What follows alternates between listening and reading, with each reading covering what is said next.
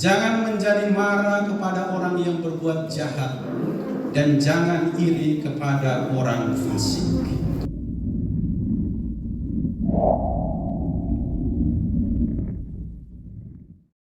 Bapak, Mama, saudara-saudari, kakak-adik umat beriman yang dicintai dan diberkati Tuhan, selamat pagi semua. Selamat pagi, Selamat hari Minggu. Selamat hari Minggu. Apa kabarnya? Baik. Baik? Baik. Ada yang mengantuk? Tidak. Ada yang lapar? Tidak. Baik, judul renungan, datanglah kepadaku. Saudara-saudariku yang dicintai dan diberkati Tuhan, di dalam hidup kita masih memiliki hati. Kita masih memiliki jiwa. Dan ketika kita masih berada di dunia, ada banyak perasaan yang kita alami. Entah itu perasaan bahagia, sukacita, gembira, senang, dan itu adalah harapan impian kita. Tetapi tidak dapat disangkal bahwa terkadang kita juga mengalami yang namanya rasa sakit, kecewa, marah, dan itulah perasaan-perasaan yang kita alami dalam hidup kita. Itulah kenyataan-kenyataan yang kita alami. Tetapi apapun situasi hidup kita, entah itu sukacita ataupun kecewa, sakit, haruslah ditanamkan satu keyakinan di dalam jiwa bahwa Tuhan tidak pernah meninggalkan kita. Orang bijak katakan demikian, hatimu boleh patah, matamu boleh basah, tetapi janganlah engkau menyerah. Serahkanlah semua hidupmu ke dalam tangan Tuhan, karena Dia yang Maha tahu tentang kehidupanmu. Apa yang engkau inginkan, apa yang engkau butuhkan, apa yang engkau alami, Dia tahu seluruhnya. Saudara-saudariku yang dicintai dan diberkati Tuhan, suatu waktu ada seorang bapak yang datang, dia bilang, Romo, saya mau sharing, saya mau cerita-cerita, saya mau curhat. Saya bilang, mau curhat apa? Dan ini saya punya persoalan. Dia katakan, beberapa tahun lalu saya mengalami kejatuhan. 2 tahun lalu juga saya ditimpa masalah. Tahun lalu juga seperti itu, dan tahun ini saya masih mengalaminya. Apa yang dia kisahkan secara manusiawi, kita bisa mengatakan bahwa sebenarnya kalau secara manusiawi dia tidak bisa menanggungnya, karena dia berada di titik yang paling bawah, titik terendah. Tetapi dia menceritakannya, dia mengisahkannya dengan wajah yang sukacita. Ketika itu saya bertanya, apa yang menjadi kekuatan bagi Bapak sehingga walaupun keadaannya luar biasa menyedihkan, tetapi Bapak masih tegar, Bapak masih kuat? Dia katakan apa? Meskipun ada banyak persoalan yang melanda hidup saya, bahkan itu persoalan yang besar, tetapi saya yakin Allah yang saya imani itu lebih besar daripada persoalan. Dan dia katakan apa? Bagi saya, hidup itu adalah sebuah tantangan yang harus dihadapi. Hidup itu adalah sebuah perjuangan yang harus dimenangkan.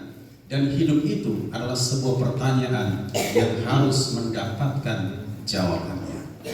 Saudara-saudari yang dicintai dan diberkati Tuhan, masing-masing kita pasti ada persoalan. Persoalannya itu unik-unik, berbeda-beda. Tetapi jika kita masih pada titik ini, masih hidup, masih kuat, itu bukan karena kemampuan kekuatan kita sendiri, tetapi Allah yang Maha Setia, itulah yang menjadi pegangan kekuatan kita. Pada hari ini, undangan ajakan Tuhan yang luar biasa. Yesus di dalam firman-Nya tadi di dalam Matius bab 11 ayat 28, Yesus katakan, marilah, datanglah kepadaku, kalian semua yang letih lesu dan berbeban berat, aku akan memberikan kelegaan kepadamu. Yesus undang, Yesus ajak, datang, mari. Apapun bebanmu saya tahu, tetapi apakah engkau mau datang kepadaku atau menjauh daripadaku? Saya pernah cerita ada satu OMK yang dia buat story. Dia buat story, dia bilang, ini apa bedanya kamu sama dispenser? Tahu? Orang tanya, itu apa? Dia bilang, ya kalau dispenser mengubah air dingin menjadi air panas, kalau kamu mengubah air mata menjadi kebahagiaan. Setelah dia buat story 2 hari dia datang ke pastoran. Dia bilang, ini mau ketemu Romo moderator OMK. Kenapa? Mau curhat. Kemudian Romo bilang, ini datang, kita duduk di depan. Dia curhat, tidak lama di mata sudah merah. Tidak lama lagi di air mata sudah jatuh. Romo bilang, ke mana? Dispenser sudah bocor. Dispenser sudah bocor karena air mata sudah mulai mengalir. Saat itu Romo bilang, masuk ke gereja, lihatlah dan dengarlah undangan Tuhan. Tuhan mengundangmu untuk datang, berdiri di hadapan Tuhan, di hadapan sakramen, ceritakanlah, curhatkanlah semua apa yang menjadi perasaan hatimu. Pada saat itu dia duduk lama, duduk di depan sakramen Maha Kudus, sambil menatap sakramen Maha Kudus, dia mengungkapkan apa yang menjadi perasaan hatinya, apa yang menjadi bebannya, dia sampaikan kepada Tuhan. 1 jam dia duduk di depan sakramen Maha Kudus. Kemudian dia keluar dengan wajah yang ceria, sukacita. Pada saat itu dia bertemu Romo, dia senyum, dia tertawa. Romo bilang, ke mana? Mau story lain? Dalam cukup. Yesus mengatakan, datanglah, marilah kepadaku kalian semua yang letih lesu dan berbeban berat, aku akan memberikan kelegaan kepadamu. Kalau orang yang berpegang teguh pada Tuhan, dia akan menjadikan Tuhan sebagai solusinya. Sehingga ada yang katakan apa? Inilah jalan hidup. Inilah jalan hidup. Terkadang kita harus berjalan, tetapi terkadang juga kita harus berlari. Kadang kita bahagia, tapi juga terselip di dalamnya kesedihan. Terkadang kita jatuh, tetapi kita harus bangkit dan berdiri lagi. Terkadang kita mengalami yang namanya cinta, tetapi juga harus hati-hati dengan yang namanya rasa kecewa. Tetapi haruslah membangun satu keyakinan di dalam dirimu. Ketika engkau berpegang teguh pada Tuhan, apapun situasimu, jangan sampai itu membuatmu menjadi lemah. Tetapi harus menguatkan, mengeratkan, bahkan mendewasakan imanmu di dalam Tuhan. Saudara-saudaraku yang dicintai dan diberkati Tuhan, ada yang mengungkapkan mau melepaskan beban hidupnya pada tempat yang salah. Dia masalah di keluarga. Ya, masalah di keluarga ini banyak, apalagi biasanya kalau akhir bulan. Dia baru pulang dari kantor, baru buka pintu, belum simpan tas, mau tua bilang, "Bapak kasih uang, beras habis. Bapak kasih uang, popok anak kuliah. Bapak kasih uang, minyak habis." Bapak tua stres. Dia simpan dia punya tas di situ, dia keluar dia angkat motor, dia pergi dulu di pinggir laut. Setelah itu dia minum mabok. Dia minum sampai mabok berat. Dia mau pulang. Dia starter motor, isi gigi 1, langsung gigi ompong. Artinya apa? Jatuh. Bukannya menyelesaikan masalah, tetapi memperbesar masalah, memperbanyak persoalan. Sehingga waktu dia masuk di rumah sakit, Romo pergi, Romo lihat, dia bilang, "Romo, ini saya punya beban. Romo, ini saya punya salib." Romo bilang apa? "Itu bukan dukun salib, bukan dukun beban, tetapi dukun bodoh." ada persoalan tidak melepaskannya di tempat yang benar, tetapi dengan cara yang salah. Ada orang yang stres, dia bilang, saya pergi bioskop supaya melepaskan saya punya beban, tetapi pulang ada persoalan. Yesus katakan apa? Mari, datanglah kepada kamu semua yang letih lesu dan berbeban berat, aku akan memberikan kelegaan kepada. Saudara-saudari yang dicintai dan diberkati Tuhan, ada orang yang bilang begini, Romo, saya punya tetangga itu, dia malas berdoa, dia malas pergi ke gereja, tetapi dia setiap kali usaha dia berhasil. Lihat dia punya motor, minggu lalu motor King, ini minggu motor apa lagi? Revo. Kalau King turun Revo. Vixon. Ya. Nanti ini lagi motor Bison, apa lagi? CBR. Ini lihat, pasti bulan depan dia sudah ada motor. Padahal dia itu pemalas doa, dia itu pemalas gereja. Dia punya kekayaan semakin meningkat, padahal dia tidak pergi ke gereja. Kami ini ketua lingkungan, ketua KUB, berdoa terus, pergi ke gereja terus, tapi kami tetap begini, miskin, berkekurangan.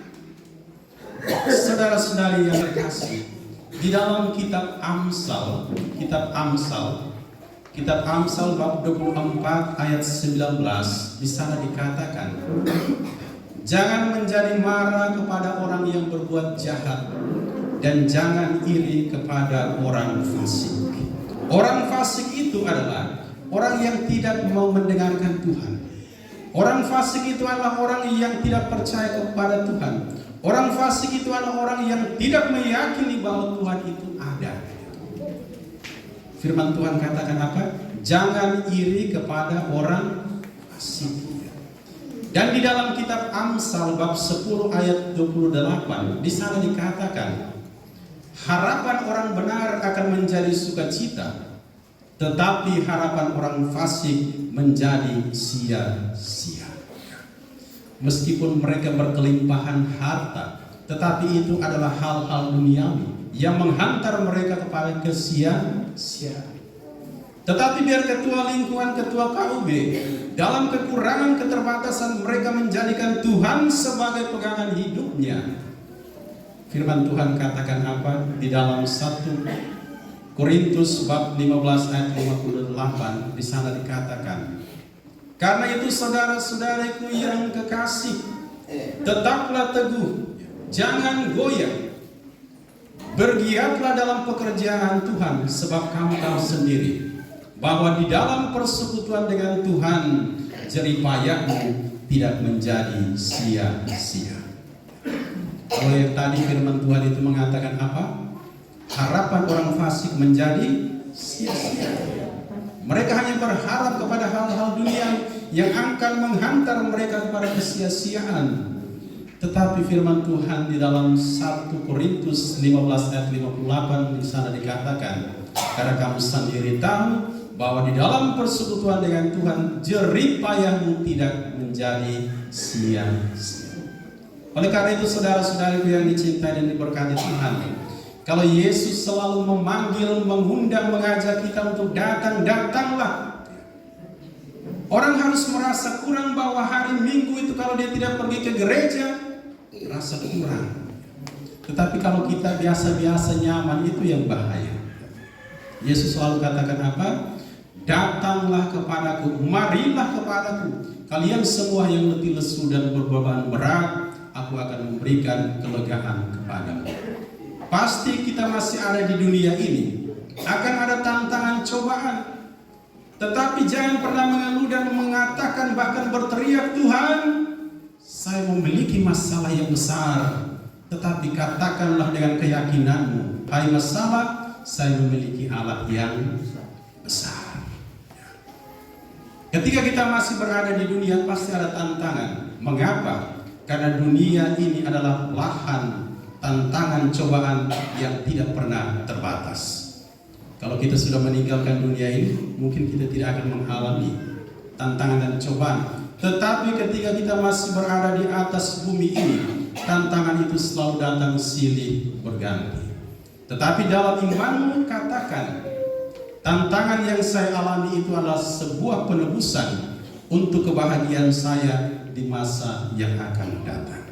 Saudara-saudari yang dicintai dan diberkati Tuhan, saya pernah cerita Lipus dan jadi Lipus dan Mawar ini mereka mejeng. Biasa di sini mejeng di mana? Yang anak muda, bukan. Mejeng di mana kamu? Di laut. Ya. Jadi Lipus duduk di sini, Mawar duduk di sana. Lipus bilang apa? Dix, geser-geser ke sini. Dix, geser-geser ke sini. Mawar bilang apa? Memangnya kenapa Kak Lipus? Memangnya kenapa Kak Lipus? Lipus bilang apa? Geser-geser ke sini, soalnya di situ ada sarang semut. Kalau kamu tetap berada di situ, kamu akan dikerumuni oleh semut, soalnya kamu begitu manis. Begitu manis. Mungkin ada yang mengatakan, Romo, saya ini keriting. Saya ini pendek, saya ini buncit. Kalau dinilai mungkin 4,3. Tetapi ingat, bagi yang namanya musuh surga, jiwamu begitu indah. Jiwamu begitu mempesona, jiwamu begitu berharga. Jadi kalau Tuhan Yesus selalu katakan datang, datang ikut saya. Tapi kita memilih jauh dari Tuhan, ingat di situ ada sarang semut.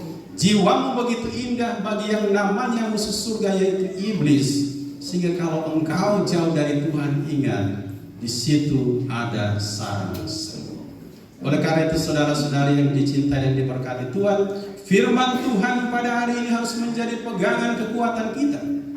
Dalam keadaan apapun, Tuhan Yesus selalu menjadi solusinya.